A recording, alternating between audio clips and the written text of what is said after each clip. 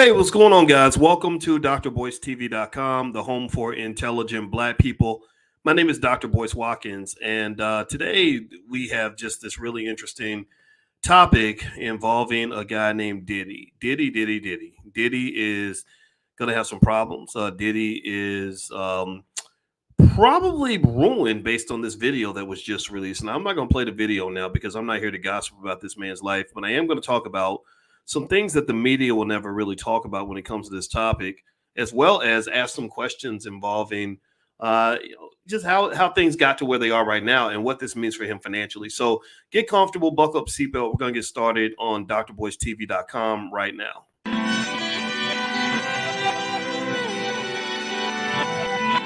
Here we are, clan the isms, cataclysm, great. Our people out here struggling, trying to make it in this state. Everybody out here doing it, but we the ones who late. Now family, we the ones who gotta delegate. Get that money in the power, never be fake. Stick to cosign for 3. What did he say? Create jobs, support our own.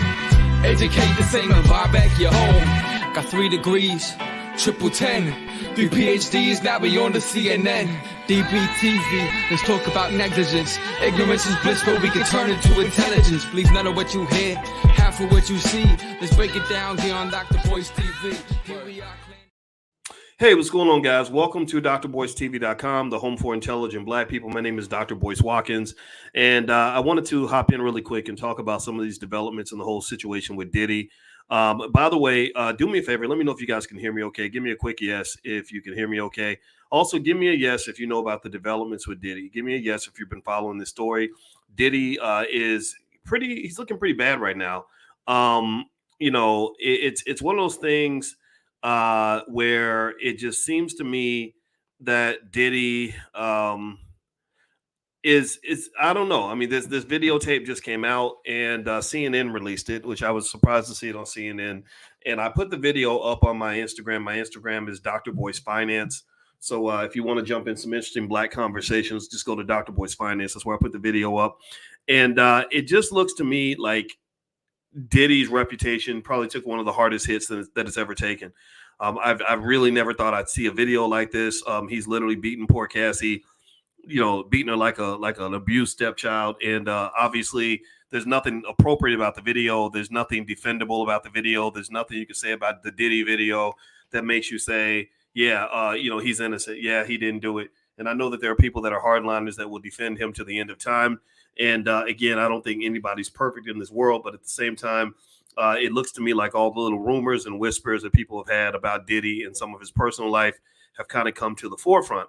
Now, here's the thing. Here's where I want to kind of jump into the conversation. You guys know I'm not really interested in the gossipy side of this. I'll let you speculate as to whether you think he's guilty or not.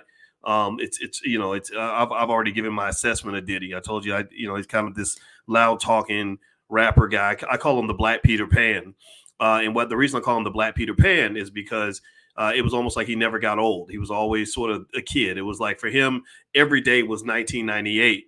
And I knew at some point 1998 would be over. I knew at some point he would be seen not as the young, cool guy that he was many years ago, but as kind of like the dirty old man. I felt that there would be a transformation where Diddy would go from being cool and hip and fly to becoming the new Bill Cosby.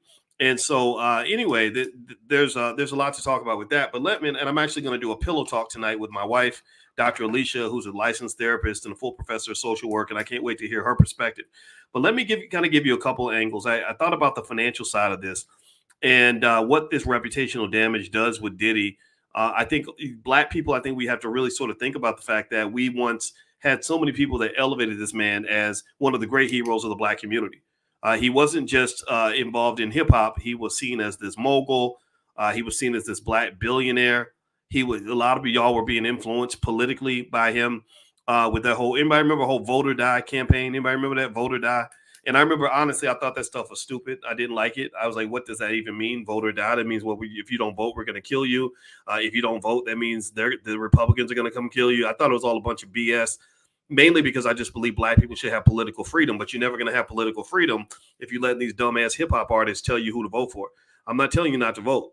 Give me a yes. Let me know if you understand. I'm not telling you not to vote.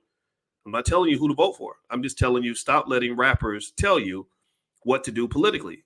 Many of these guys are owned, bought, and paid for. They're owned, bought, and paid for. And so, and in fact, you can't tell me Diddy is not either a political operative or some sort of an informant or something like that. Why in the world else would he be sort of living the Epstein life? Epstein, Diddy, and Hugh Hefner, all kind of, in my opinion, I wonder if they're in the same category. And the reason I say this is because all of these men would have these big sex parties. All these men would have these gatherings where men, mostly men, would be doing stuff that they don't want other people to know about, things they don't want their community to know about, things they don't want their wife to know about, things they don't want their institutions to know about, things they don't want the public to know about. And there would be cameras. Why would a man have cameras all throughout his house recording people doing things that they don't want the public to know about? What do y'all think? Put your answer in the chat. Oh, that's called blackmail. That's blackmail. And if there's any way to extort any group of people, especially men, the easiest way to do it is to catch him with his drawers down. You catch him with his pants down, he's easily extortable. And that's why I've always warned young black men not to follow these dumb rappers in their crazy lifestyle, because somebody will eventually own you. A man who has no discipline will eventually be owned by people who caught him slipping. So with Diddy, that's what I think. I think that there's more to this. I think it's much deeper. In fact, I think about this. I mean, look at this. This man, it was a long time ago when they did the raid. The raid was a long time ago, but there was never an arrest. If you get raided, don't you expect somebody would get arrested? Somebody would be in handcuffs, like permanently? Not I know his sons were in handcuffs for a minute. I'm talking about like he would be arrested, taken to jail. They didn't do any of that. They raided him. Why did they raid him? Well, they raided him maybe because they wanted to get evidence out of his hands, maybe because they wanted to prepare him to be the fall guy. And so here's a couple of things about Diddy that that the media really isn't going to talk about. I don't think anybody's going to really ask this very often, at all, if at all. It's all about the gossip of whether or not he's a bad guy or a good guy. I don't want to get into that because I think that's all very subjective. And actually, before I move on, do me a favor. Could you please hit the thumbs up button? Thumbs up, share, subscribe. You're watching drboycetv.com, the home for intelligent Black people. And I do have a best-selling book called The 10 Commandments of Black Economic Power. If you'd like to get a copy of the book, you can go to drboycebooks.com. And also, I'm in Philadelphia for the Get Money Fest, hosted by actually a hip-hop artist by the name of Jay Ortiz. He's a great guy, and I respect him a lot. And so if you want to join us in Philadelphia, you can actually get in if you go RSVP at getmoneyfest.com. You can join us. It's tomorrow, May 18th. We're going to be there all day. We've got panels on how to make money, basically, as well as art, fashion, music, everything else. So feel free to go to getmoneyfest.com if you'd like to join us in Philadelphia. All right. So here's the first question about Diddy that really came to mind when that tape got released. When I saw that Diddy tape, first thing I thought about was I said, okay, who had this tape all this time? Did anybody else think about that? Did anybody else wonder? I mean, this tape was from 2016, right? It was from 2016, but it gets released in 2024, right when Diddy's in the middle of controversy, right after his lawsuit with Cassie. Did anybody wonder, like, who the hell was holding this tape? Did CNN report this? Did they say this tape was released by Cassie and her team? This tape was released by the hotel. This tape, it was released by CNN, obtained by CNN. Well, who did you obtain it from? Did anybody wonder that? I really want to know who had the tape the whole time and why were they holding it? That's enough. Why were you holding the tape if you had this tape and it's incriminating and he's clearly, doing something terrible and he's beating this poor lady's ass? Why didn't you put that tape out sooner? Like, what? That would have been a bigger hit record than any song Diddy's ever made. Diddy ain't had a hit record since Biggie was alive. So this tape would have been his biggest hit ever because you saw he was hitting that poor girl. So why didn't you release the tape sooner? Why did you hold it for so long? Does anybody wonder that, or am I the only one out here who's thinking about these things? Like, where was the tape at before it got released to the public? Somebody had to be holding it. Who was holding it, and why did they hold it this long? That speaks to a higher dimensional game that's being played. Somebody had this tape, held it over his head. They had the blackmail for the blackmail. The blackmail was getting blackmailed. I'm not saying Diddy's a victim, though, because Diddy, he lives in this weird life and he, does these weird things. And so that comes with the territory. But this blackmail was being blackmailed. And then somebody decided that they just want to hold this in case Diddy gets out of line. So then the second question, that leads to the second question. The second question is, why did you release it now? What's happening right now? What is happening right now Clyde Davis, thank you. That's great, great name. That name comes to mind. What is happening right now that's making this tape something that should be released to the public right now? What was it about? What is it about May 17th, 2024 that made somebody say this is a good day for CNN to have this tape? Or this is a good day for this tape to be released to the public? That's the question that I'm really asking. Is like, what's going on now? So this speaks to a bigger game happening. I want you to also consider this. Pay attention now. This is an election year. How many of y'all, give me a yes or no, how many of y'all think that perhaps Diddy, the guy who's heavily politically involved, the guy who always does the vote or die campaigns and all this other stuff that he used to do on Revolt TV, that during an election year, all of this stuff that we've been whispering about. I mean, people have been whispering about this for decades. People have known about Diddy's lifestyle for a long time. Cat Williams was talking about sometimes you got to tell them no and all this other stuff, right? So it's not like nobody knew. It's not like nobody knew what was going on. It's almost like when Cosby kind of got whatever he was dealing with. It's not like nobody knew that he was dibbling and dabbling and stuff he shouldn't have been doing. So the question becomes like, why now? So who was holding it? Why did they wait? Why did they release it right now? Those are the three of the questions I'd like to know the answer to, because I think that there's something more happening here. It does not make Diddy a wonderful guy. It does not make him an angel. It does not mean I am defending him. I am not defending him. I'm simply asking for more information because this is all very weird. This is all, his house gets raided, but yet he doesn't get arrested. Then next thing you know, this tape comes out, this tape that's been sitting in somebody's closet for the last 8 years. And then suddenly it's like, oh, the public's perception is going to change. Because here's the thing. There are people that are very much in power. They control things in society, and they pretty much think you're stupid. They pretty much believe, and this is true for a lot of people, they believe the public is dumb. They believe the public is so dumb that their opinion can change very quickly, that the public isn't going to ask all the right questions, that people that actually are deeper thinkers are very rare and few in between. And I personally believe that that's what they're taking advantage of. They're like, oh, yeah, we can make them love him and we can make them hate him because they ain't nothing but a bunch of damn puppets, especially black people. They ain't nothing but, in their mind, they see us as a bunch of puppets who are going to go for the okie doke and believe anything CNN puts on TV or whatever. Now, here's the thing. Again, I'm not defending Diddy. I want to make that clear. Give me a yes if you can to let me know that you understand that I ain't defending this dude. Let me know. I want to make sure you understand that. So if you're here to defend Diddy, I'm not on your team. I'm not a guy who has ever thought highly of him. I never disliked him like that, but I'm not a person that's going to go out and stick my neck out for him. So I want to make that clear because some people don't understand nuanced arguments. Some people think if you're not 100% on one side or the other, or don't, just follow all the sheep, that somehow you must be you're defending him, or you're a Trump supporter because you question Joe Biden. I hate that stuff. That people who think like that just need to leave. Just go away. Go to some simple-minded platform where they're going to give you stupid responses and simple-minded answers. I'm not into that. I'm into what's really happening here. And I think that this is a lot deeper than Diddy. I think also, these lawsuits are a little weird to me just because I'm trying to always figure out, why are we suing and why didn't anybody go to the police and what's really happening here and what's the burden of proof? What's the standard of proof? Now, I think, again, the video is a pretty good standard. And but at the same time, I just kind of think there's something happening here, and I don't think it's just as simple as Diddy and Cassie. I think it's deeper. It's like it goes up governmental level, maybe higher up in the music industry. I mean, if you remember, Diddy had that big financial situation going on with that vodka company, and if you recall, that got really ugly. It got really ugly to the point where Diddy was trying to. How many of y'all remember that? Diddy was trying to smear their reputation. Diddy was calling them racist and stuff like that. Y'all remember that? And maybe somebody over there said, oh, well, you want to come and play that game? You want to smear our reputation? Oh, we can do some smearing too.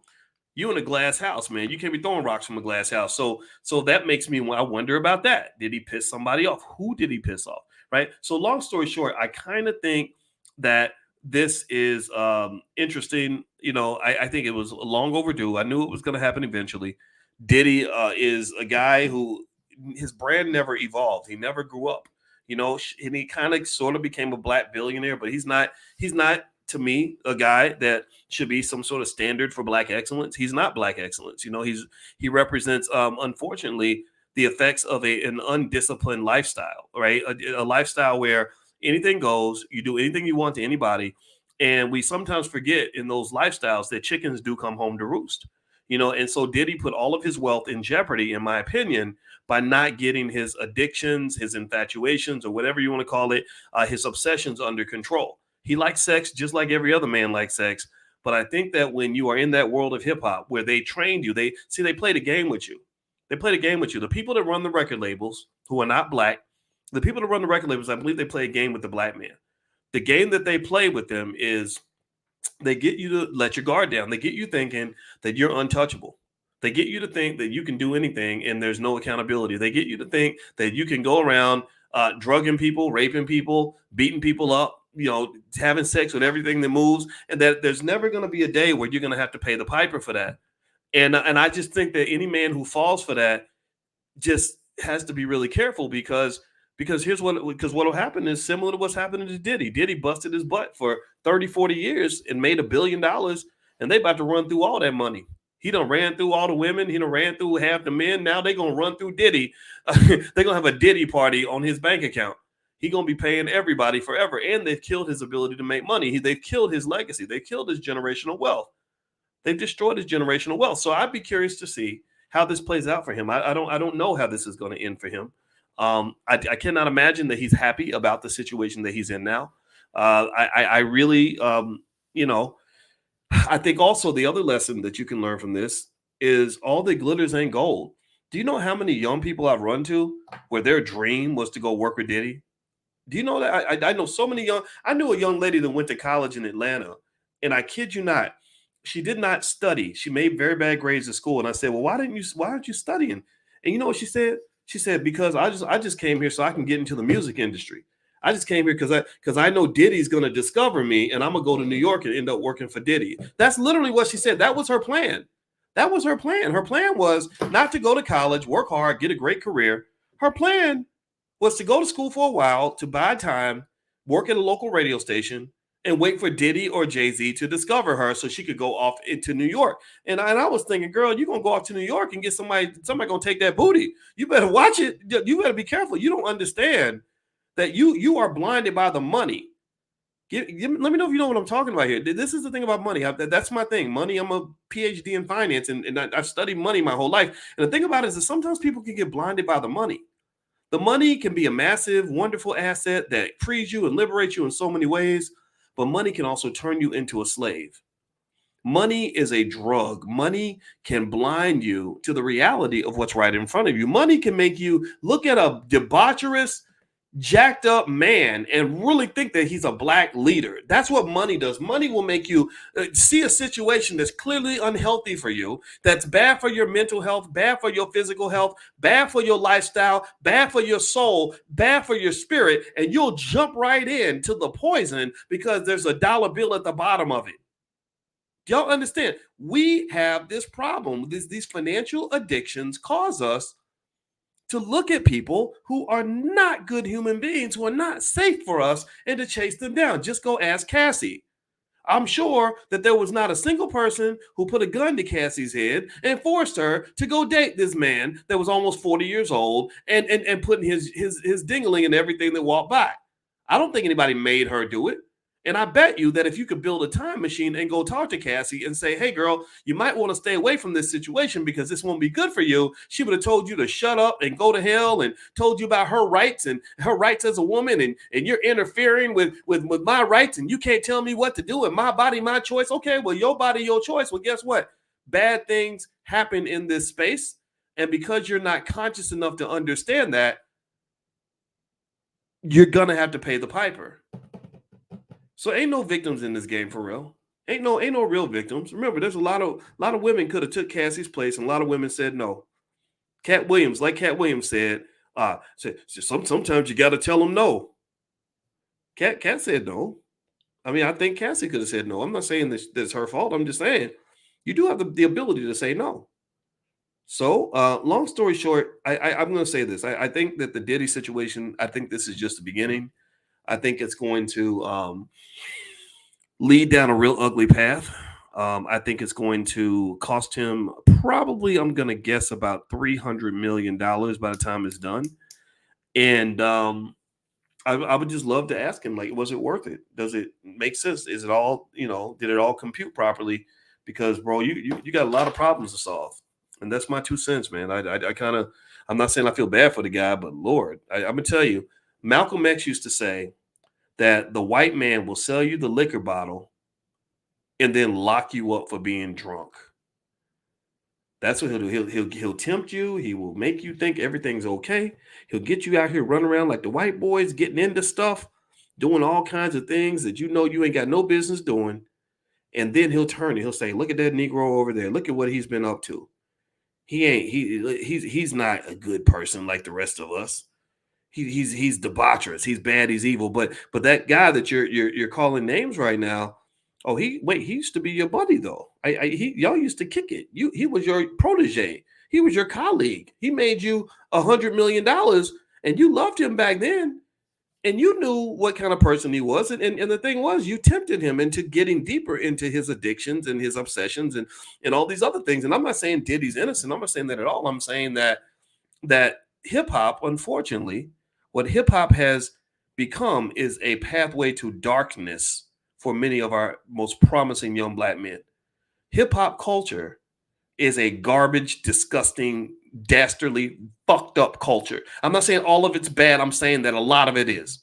I'm saying that a lot of it's the type of stuff that you don't want your daughter in that toxic waste dump of a culture. She's going to come out with psychological damage and physical damage that you cannot imagine. You don't want your son in that toxic waste of a culture. You want them in places where they're going to be happy, safe, and free. There's nothing good or happy, safe, or free about being in a world that is surrounded by drugs, violence, abuse, ignorance, and irresponsible behavior. There's nothing that in that environment that's going to lead you to have a happy, prosperous life. Just ask DMX, who's now kicking up dirt from 6 feet under, and he could have been a great man. He could have been a multi-billionaire. He could have went on to do amazing things, but now he's dead. Just go ask Tupac, who's also 6 feet under, but yet because he gets immortalized as one of the greatest rappers of all time, somehow we think that was a net win, that somehow being dead and worshipped is better than being alive and healthy around for your grandchildren. Tupac's supposed to be a grandfather and a billionaire. He's not supposed to be a motherfucking ghost.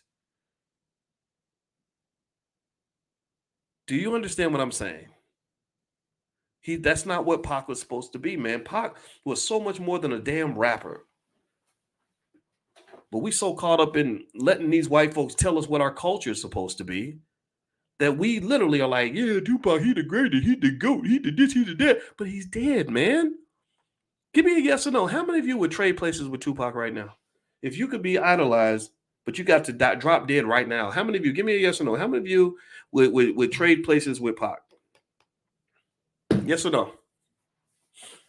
I wouldn't, because I like my grandkids. I got grandkids. I love seeing my grandkids grow old. I wouldn't, because I like living in a world where I ain't got to worry about people trying to kill me every single day that I'm alive. I wouldn't, because I don't really want to be in situations where I got to deal with nasty degenerates like Clive Davis and people like that trying to take your booty hole at every available turn.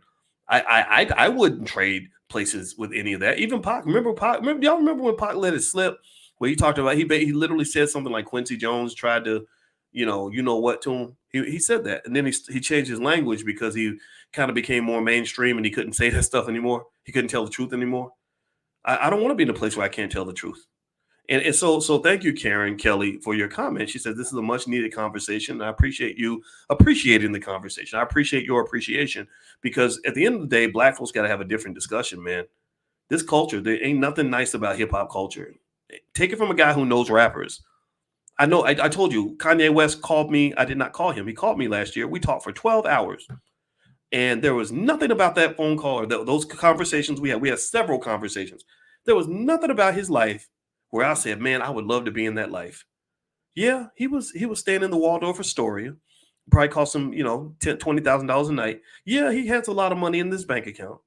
But this man had problems at a level that I don't even want to have to deal with. I would not want to deal with those problems in the people he was dealing with, in the spaces that he had to go into. I said, brother, I'm not going in those spaces with you. I don't want to live in. I want my peace is more valuable than any amount of money that these racist bastards can offer me. See, they offer you money to sell your peace. They offer you money to sell your soul. They offer you money to sell your livelihood. You sell your freedom. Look at how many rappers have been either killed or criminalized because they up here trying to fight for attention and get some white man to write them a goddamn check. Seriously, think about this. Look at how many rappers have gone on Vlad TV snitching on themselves and others. Literally, you self-snitching. You out here telling everybody about stuff you did, crimes that you committed in the 90s and the early 2000s because you're trying to get some internet clout.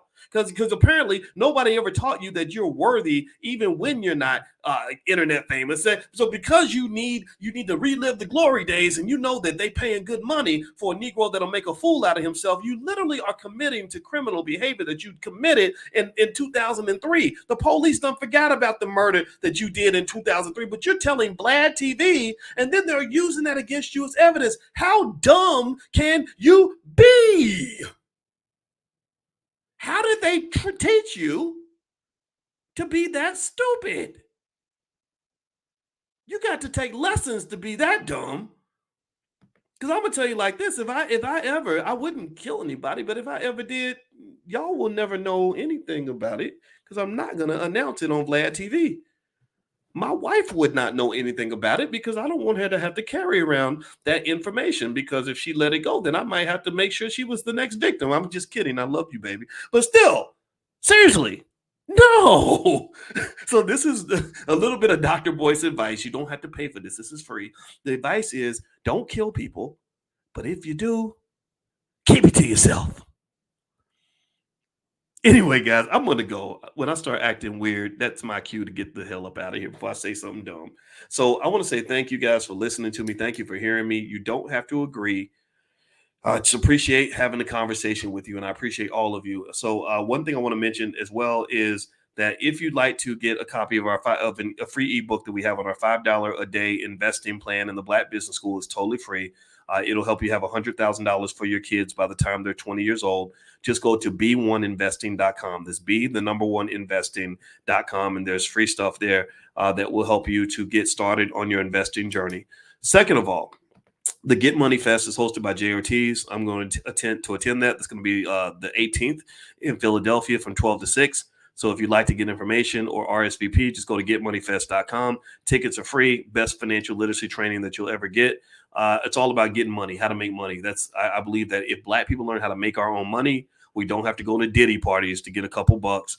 You won't have to go sell your soul to Clive Davis in order to make a nickel. You'll understand a million ways that you can make money so that our boys don't have to do terrible things to themselves in order to get money. So that's what I really believe in, is that I believe that if we learn how to get money on our own, we don't have to go get on our knees and beg some bigot to pay a couple bills for us by having us do things that are going to deplete our soul. So really, truth be told, at the end, I know I can sound a little rough around the edges when I talk. Just chalk it up to the fact that sometimes I get frustrated. But at the end of the day, I want our financial literacy to get up so that we don't have to embarrass ourselves to get a nickel. I hope y'all know what I'm saying.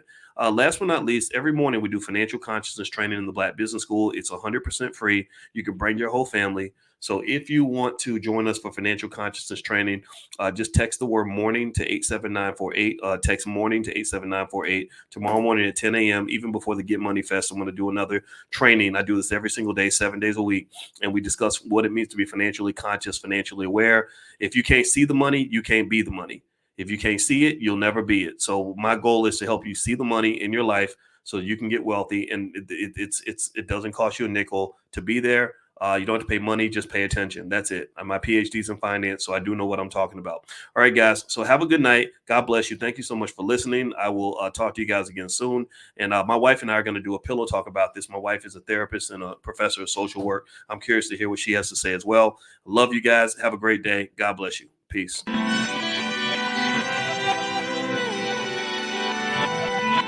Here we are, clan the isms, cataclysm great. Our people out here struggling, trying to make it in this state.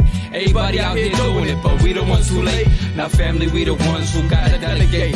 Get that money in the power, never be fake. Stick to co-sign for 3. What did he say? Create jobs, support our own. Educate the same and buy back your home.